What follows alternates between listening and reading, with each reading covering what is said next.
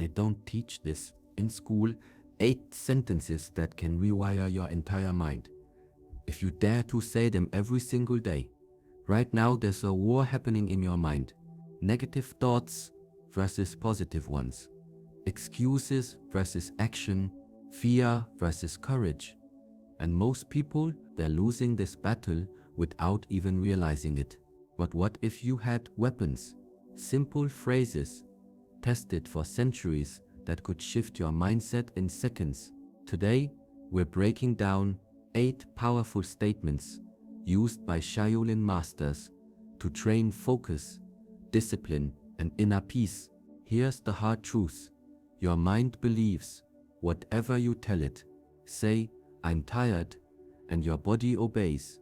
Say, I can't, and opportunities disappear. Most people feed their minds junk food, complaints, doubts, negativity, then wonder why they feel weak. But imagine planting different seeds, words that build instead of destroy. That's what these 8 phrases do. They're not affirmations, they're mental commands. Obstacles are my training. When you hit a wall, and you will hit many walls, most people do one of 2 things. They either complain loudly about how unfair it is, or they crumble quietly, believing they're not strong enough to handle it. But there's a third way, a way that transforms the wall from something blocking your path into something that becomes part of your path. This is the warrior's mindset. It starts with understanding one fundamental truth. Every obstacle is secretly training you for something greater, if you're willing to see it that way. Take that coworker who drives you crazy, the one who never listens, who takes credit for your ideas, who seems to exist just to make your life harder. The normal reaction, frustration, anger, maybe even plotting ways to get back at them. But what if that person wasn't your enemy, but your teacher? Think about it.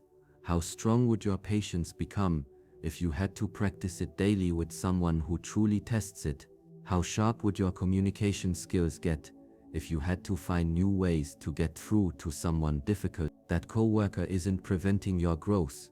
They're forcing it in ways an easy, agreeable person never could. Or consider failure. The projects that don't work out, the opportunities that slip away. We treat these like dead ends, like proof we're not good enough. But failure is actually teaching you detachment, the ability to care deeply about your goals while not being destroyed when things don't go your way. This is one of the most powerful skills you can develop. Watch any truly successful person and you'll see it. They don't fall apart when things go wrong, because they've been trained by countless setbacks to stay steady. Pain works the same way. Physical pain from pushing your body, emotional pain from taking risks in relationships or business. We instinctively avoid it, but pain is actually the signal that you're growing. Muscles don't get stronger without being broken down first. Courage doesn't develop without facing fear. Resilience isn't built during easy times. The discomfort you feel isn't a sign to stop. It's proof you're moving into new territory. This phrase, obstacles are my training, is a mental switch. When you say it, you're not denying the difficulty of a situation. You're changing what it means. That traffic jam isn't ruining your day. It's training your ability to stay calm under pressure. That financial struggle isn't just hardship. It's teaching you resourcefulness. That criticism isn't just painful, it's showing you where you need to grow. The practice is simple but not easy. Next time you face a challenge, pause, take a breath, then say out loud, "This is my training."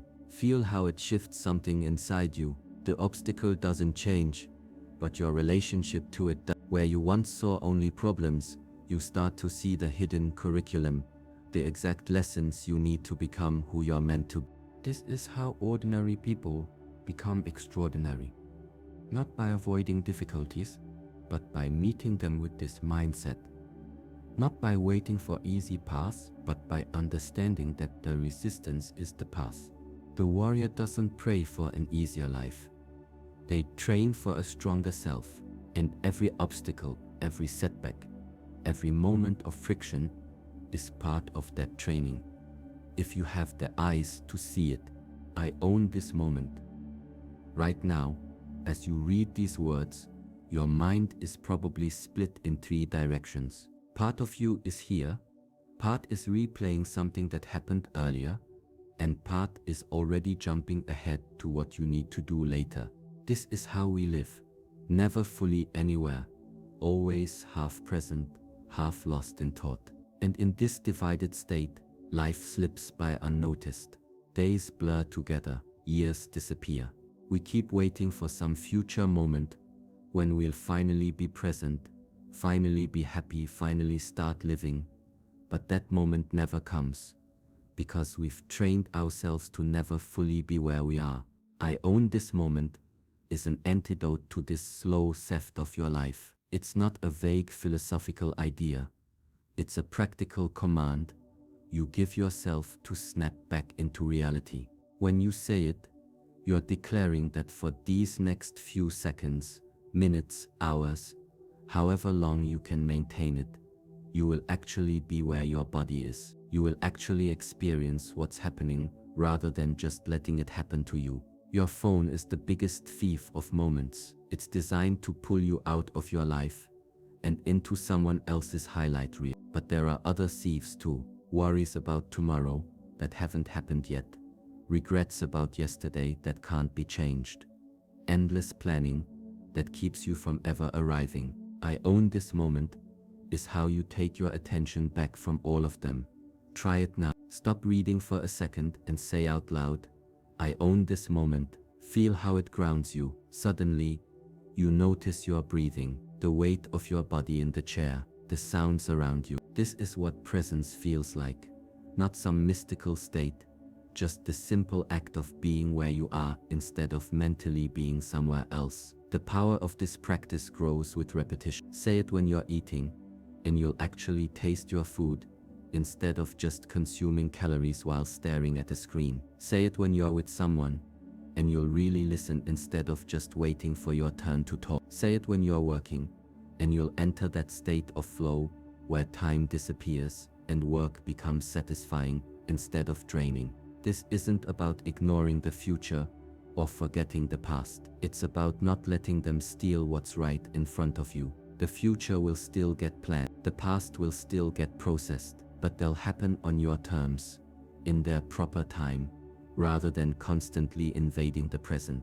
The truth is, life isn't something that happens later, when conditions are perfect. Life is what's happening right now.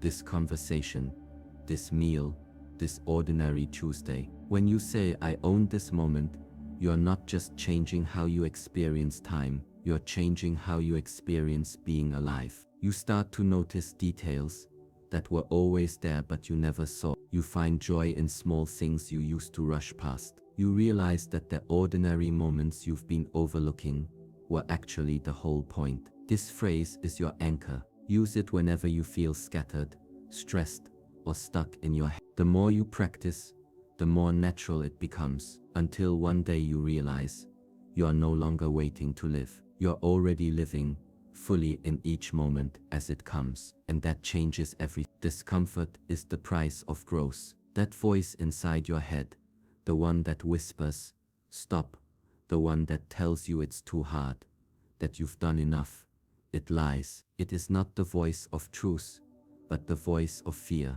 the voice of comfort, masquerading as wisdom. Every time you listen to it, you shrink. Every time you ignore it, you expand. The burn in your muscles when you push past what you thought was possible, the frustration of learning something new, the awkwardness of being a beginner again. These are not signs of suffering. They are proof that you are growing. Think of a seed buried in the earth. Does it complain about the darkness? Does it resist the pressure of the soil as it cracks open to reach for the light? No. It embraces the struggle, because the struggle is what transforms it. Without that resistance, it would remain nothing but a dormant shell. The same is true for you. Every time you step into discomfort, you are breaking open the old version of yourself to make space for the new. The world will try to sell you comfort, It will tell you that ease is the goal, that happiness is found in avoiding struggle, but comfort is where dreams go to die. It is the quiet killer of potential, the slow poison that numbs ambition. Look at anyone who has ever achieved anything meaningful. Did they do it by staying within the boundaries of what was easy? No, they stepped into the unknown, into the place where fear lives, and they kept moving forward. The mind will always seek the path of least resistance. It will rationalize quitting. It will invent reasons why you should pause, why you should settle. But growth does not happen in the pause. It happens in the push. When your legs shake during a workout and your mind screams to stop, that is the moment you must continue. When you fail at a skill and feel the urge to walk away, that is the moment you must try again. Discomfort is not the enemy. It is the teacher. There is a difference between pain and suffering. Pain is the temporary sensation of effort, the signal that you are challenging your limits. Suffering is the story you attach to it, the belief that it shouldn't be this hard, that you are not capable, that you should give up. But the truth is, you are always capable of more than you think. The body and mind adapt to whatever demands you place on them. If you never push, you never discover what you are truly made of. The most dangerous lie you can believe is that you are not ready. You will never feel ready. You will never have perfect conditions. The perfect moment does not exist. Growth begins when you decide to move despite the fear, despite the doubt, despite the voice that says, stop. That voice will always be there. Your power lies in learning to act in spite of it. Every master was once a beginner. Every expert once fumbled. Every champion once lost. The difference between those who succeed and those who stagnate is not talent, not luck, but their relationship with discomfort. One group runs from it, the other leans into it. So the next time you feel the burn, the frustration, the awkwardness, smile. That is the feeling of your limits expanding. That is the feeling of becoming stronger. I control my breath.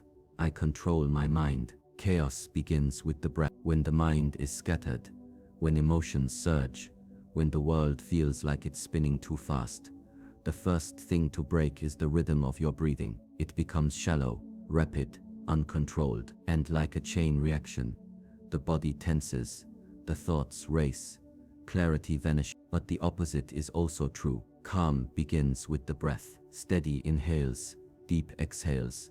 This is the foundation of control. Before reacting, before deciding, before speaking, there is one thing you must do: breathe like your life depends on it, because your clarity does. The breath is the bridge between the body and the mind. It is the one autonomic function you can consciously control, and in that control lies power. When you master the breath, you master the storm inside. Think of the last time you were angry, truly angry. What happened to your breathing? It became short, sharp, erratic. Now think, if in that moment you had taken a long, slow inhale, held it, then released it, just as slowly, would the anger have had the same grip on you? No, because emotion follows the breath. When you change the breath, you change the state of the mind. This is not philosophy. This is physiology. The nervous system responds to the pace of your breathing. Fast, shallow breaths trigger the fight or flight response. The body prepares for danger. The mind narrows. Reason becomes secondary to survival. But slow, deliberate breaths activate the parasympathetic system. The heart rate steadies. The muscles relax.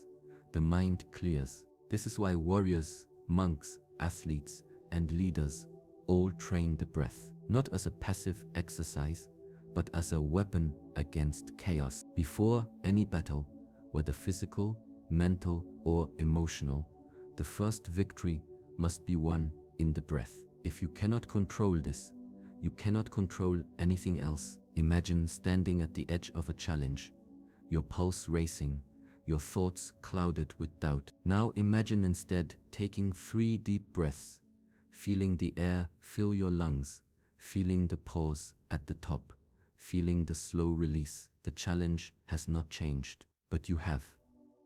The modern world moves at a pace designed to keep you in reaction. Notices, demands, distractions, all pulling you into shallow breathing, into fragmented attention, into impulsive decisions. But you do not have to surrender to that rhythm. You can anchor yourself in the breath. Before you answer the email that frustrates you, breathe. Before you respond to the person who provokes you, breathe. Before you make the decision that could change everything, breathe. There is a reason the simplest commands in high-stress situations are always about breathing. Take a deep breath. Calm your breathing. Breathe through it. It is not a cliché. It is the most immediate way to regain control. When the mind is clouded, the breath is the lever that clears it. And this is not just for moments of crisis. The breath is the constant undercurrent of your state. Train it daily, and you train the mind. 5 minutes in the morning, 5 minutes at night, just breathing, just observing, just mastering the one thing that masters everything else. Over time, this becomes not just a practice, but a reflex. The moment stress rises, the breath deepens. The moment fear appears, the breath steady. Control the breath, and you control the mind. Control the mind, and you control the outcome. So breathe, not as an afterthought, but as the first and most important act, because everything else follows. What I practice, I become. You do not rise to the level of your hopes. You do not fall to the level of your fears. You become exactly what you practice, not what you dream of, not what you plan, not what you tell yourself you will do someday, but what you actually do, day after day, in the quiet moments, when no one is watching. Every action is a vote for the person you are becoming. Every repetition is a brick in the foundation of your future self. Think of your mind and body as clay, soft at first, impressionable. Every movement you make, every thought you dwell on, every habit you repeat, leaves a mark. Over time, the clay hardens, the grooves deepen. What was once flexible becomes fixed. This is how character is formed, not in grand declarations, but in small daily choices. Scroll mindlessly for hours, you are practicing distraction. Train your focus for an hour each morning, you are practicing discipline. Complain about circumstances, you are practicing helplessness. Seek solutions, you are practicing resilience. There is no neutral action. Everything you do is either pulling you closer to mastery or further into mediocrity. The man who spends his evenings watching television and eating poorly is not resting, he is practicing lethargy. The woman who reads each night, who moves her body, who reflects on her day, is not just passing time, she is practicing growth. You are always in training, whether you admit it or not. The only question is, what are you training for? Talent is irrelevant in the long run. Desire is meaningless without execution. What separates those who achieve from those who only aspire is not some magical gift. It is the relentless repetition of the right actions. The musician does not become skilled by wishing for better fingers. The athlete does not become strong by imagining victory. They show up, they practice, they fail, they repeat. Skill is nothing more than consistency in motion, and this is where most people falter. They mistake intention for action. They believe that because they want to change, because they plan to change, that change is inevitable. But the world does not reward plans, it rewards practice. You can spend years thinking about writing a book, but until you sit down and write daily, imperfectly, stubbornly, you are not a writer. You can dream of being fit, but unless you move when you don't want to, unless you push when it burns, you are not an athlete. Identity is not claimed, it is earned through repetition. This is why discipline is freedom. When you commit to practice, not when motivated, not when convenient, but especially when you resist, you take control of your becoming. You are no longer at the mercy of fleeting inspiration. You are no longer waiting for the perfect moment. You understand that mastery is not an event. It is a process, a slow, deliberate chiseling away at everything that is not the masterpiece you are shaping yourself into. So ask yourself, What am I practicing today? Because whatever it is, you are becoming it. Compared only to my yesterday. Look around. The world is screaming at you to measure yourself against others. Social media advertisements, the quiet murmurs of society, all of them feeding you the same poison. Are you as successful as them, as attractive, as accomplished? This is a game you cannot win, because there will always be someone ahead, someone with more, someone who seems to be living the life you think you want. And the more you compare, the smaller you feel. But there is another way, a simpler, truer measure.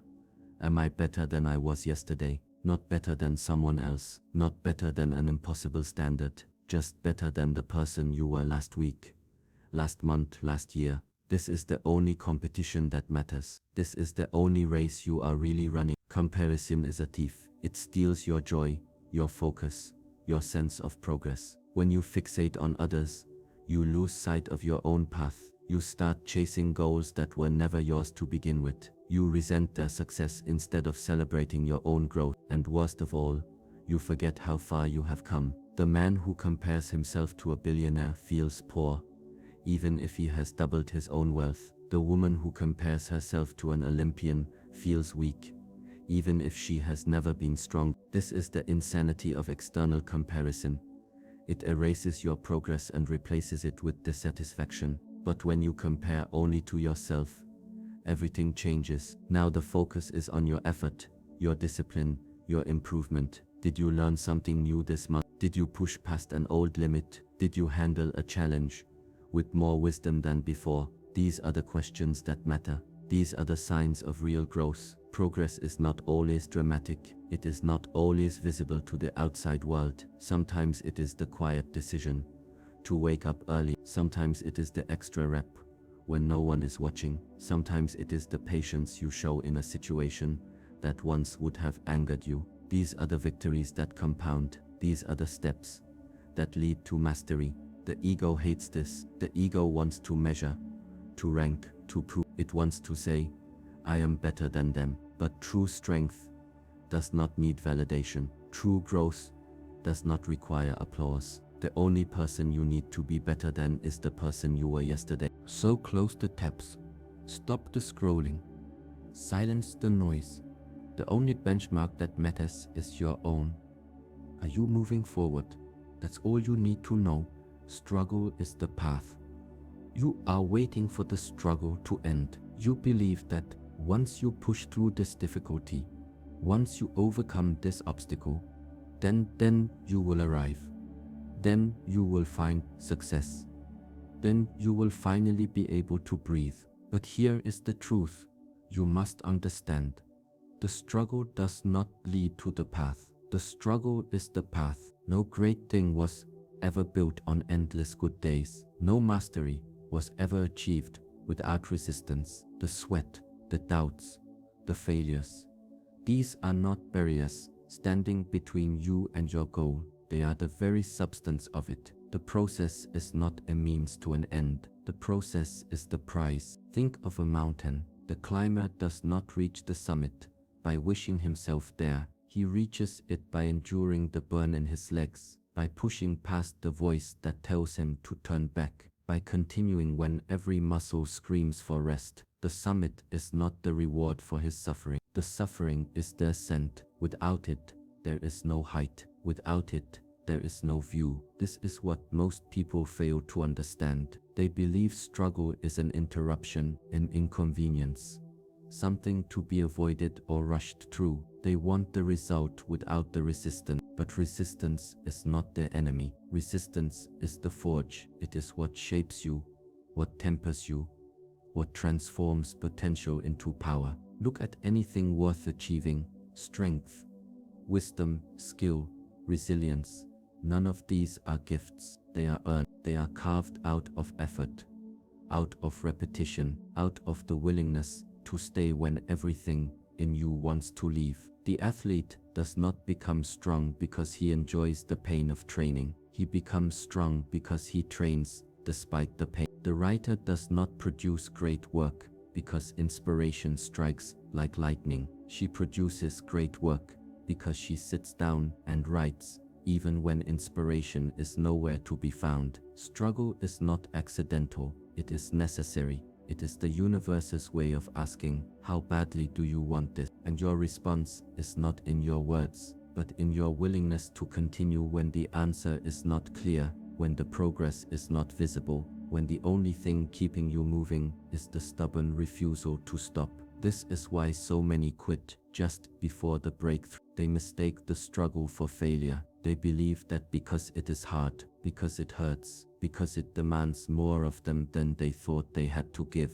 that they are on the wrong path. But the opposite is true. The difficulty is the confirmation that you are where you need to be. The discomfort is the sign that you are growing. There is no version of success that does not require sacrifice. There is no version of growth that does not demand discomfort. The question is not whether you will face struggle. The question is whether you will recognize it for what it is, not an obstacle, but the very ground beneath your feet. So the next time you find yourself in the middle of the fight, in the thick of the effort, remember, this is not what stands between you and success. This is the success, the sweat, the doubts, the failures. These are not distractions from the path. They are the path. Keep going.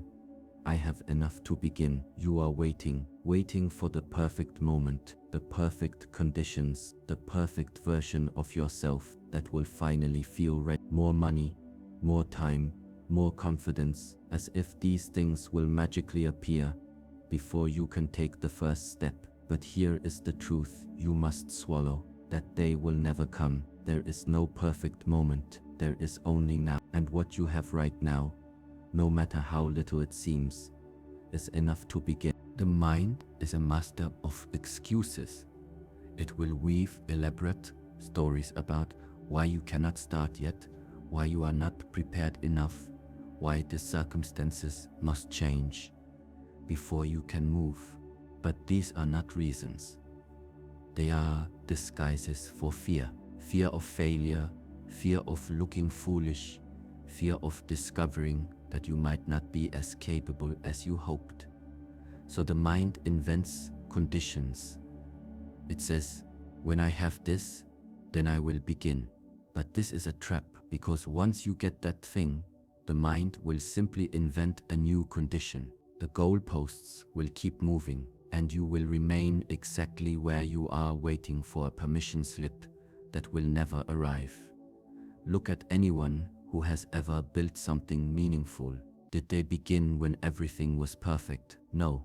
They began with what they had. They started where they were. They understood that readiness is not a prerequisite for action. It is a result of it. You do not become confident and then act. You act and confidence follows. You do not become ready and then begin. You begin and readiness grows. The writer does not wait for inspiration to strike before putting words on the page. She writes and inspiration comes. The entrepreneur does not wait for the perfect business plan before launching. He starts and the plan reveals itself through action. The athlete does not wait for perfect form before training. She trains and form improves. Action is the antidote to hesitation. Movement is the cure for doubt. You already have everything you need to take the first step.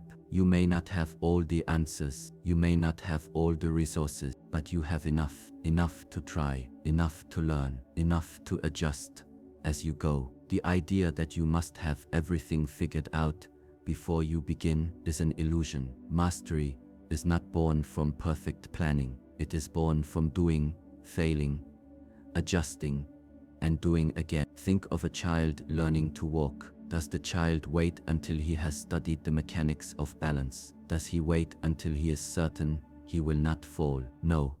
He tries, he stumbles, he tries again, and through this process, through the very act of beginning before he is ready, he learns. This is how all growth happens, not by waiting for certainty, but by moving despite uncertainty. The world rewards those who act, not those who wait. History is not made by people who had all the answers before they started. It is made by people who were willing to start before they had any answers at all. So ask yourself, what are you waiting for? More money, you can start with what you have. More time, you have this moment. More confidence, confidence is built through action, not before it. The conditions will never be perfect. The stars will never align. The universe does not hand out guarantees. All you have is now. All you need is enough to begin. Start. These aren't just words, they're mental switches. Flip one, and your entire day changes. Flip them all, and your life transforms. But here's the secret. They only work if you say them out loud. Whisper them in the morning. Shout them during workouts. Repeat them when you're about to quit. Your mind is listening. Make sure it hears the right command. You've just armed yourself with 8 weapons most people will never use. That's your advantage. One phrase per day, one mental shift at a time. The battle for your best life isn't won in grand gestures. It's won in these small daily reinforcements.